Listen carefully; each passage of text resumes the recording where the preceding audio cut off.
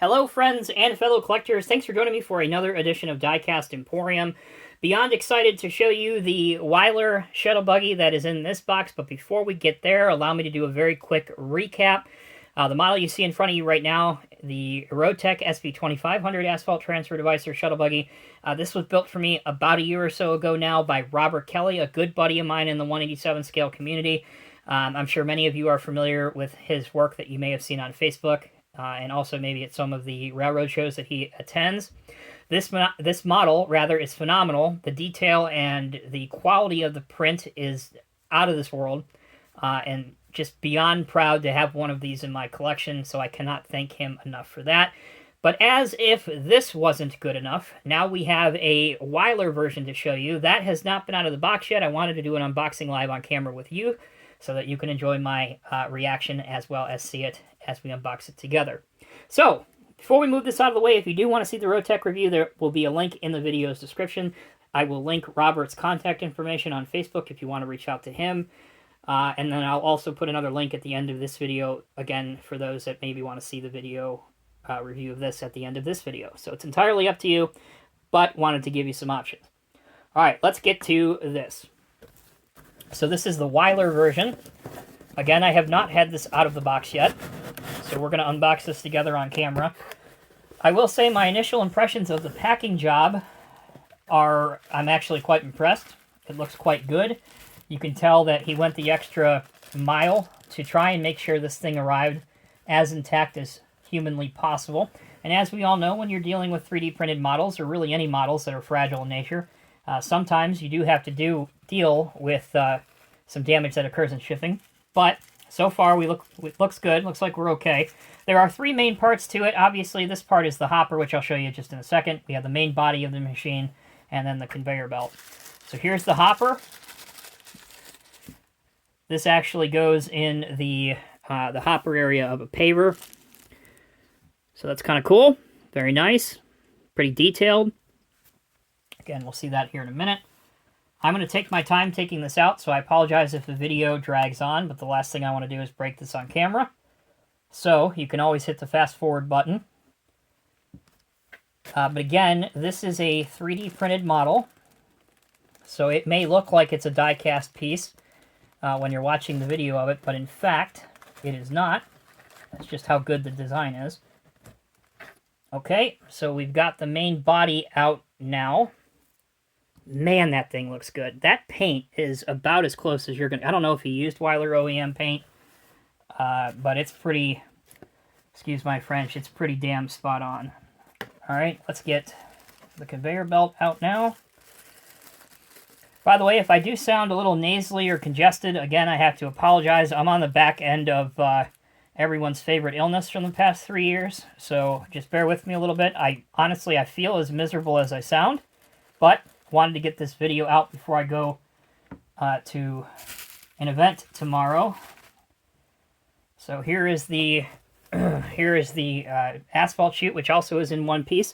You'll note the bottom part that hooks into here. You can see the hole in the bottom. I'll tilt it up a little bit. There's the hole. And then also the pin. If you look at the top, there's a pin that you can see, and that clicks into the top part so that you can rotate and pose it around. All right, with the unboxing done, we're going to pause momentarily. Be honest with you, I'm going to go blow my nose. Then I'll assemble this, and we'll come back and take a look at it assembled. So don't go anywhere. And again, thanks for sticking with me. All right, everyone, thanks for sticking with me. I've got this thing mostly assembled. Obviously, I don't have everything buttoned up and looking great, but we do have the conveyor, at least in the bottom part, and then hooked over the top. You can see that one of the functionality part of this model is that it will rotate left to right. It will also raise and lower if you are very careful. So, at your discretion, you can adjust the height of it to fit any asphalt paver that you want to. Obviously, to the naked eye anyway, I haven't had a lot of time to study this yet, but it looks very similar, if not exact, to the Rotec version.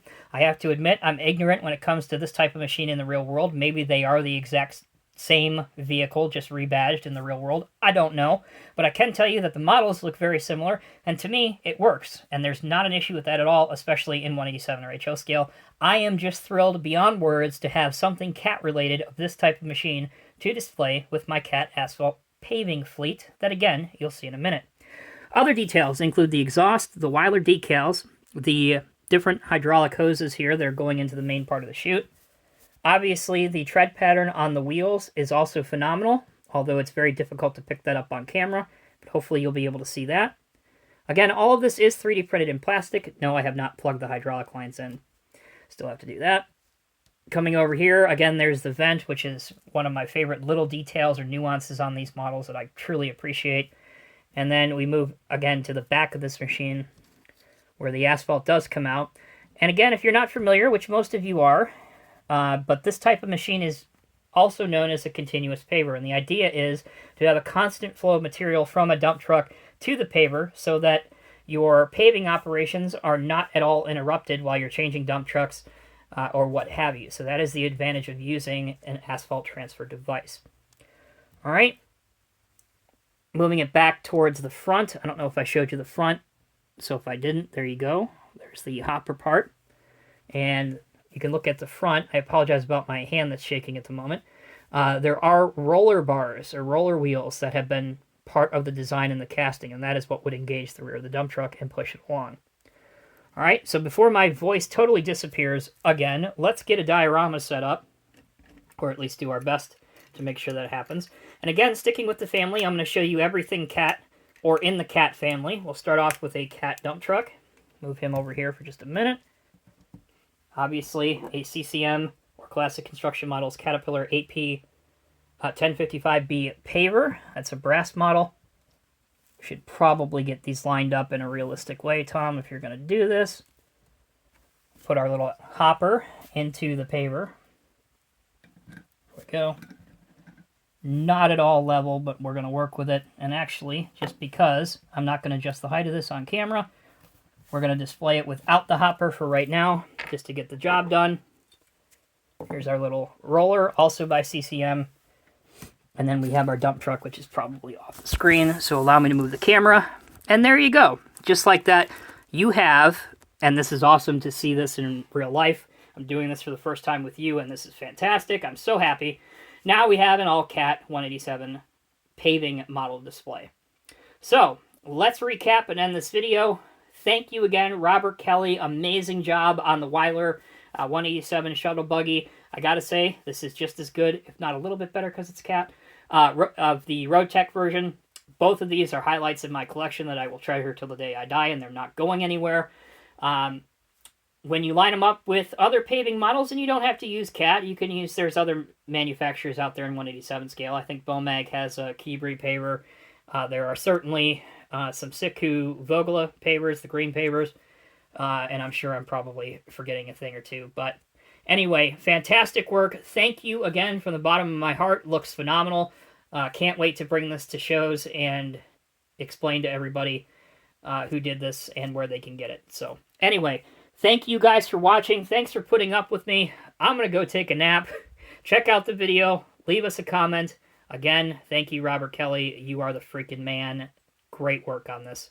And thank you all to everybody that has contributed to Diecast Emporium. I think this is our 10-year anniversary of being on YouTube, so that's humbling to say the least. So, again, thank you all so much. I'm done talking. I'll see you guys in the next video.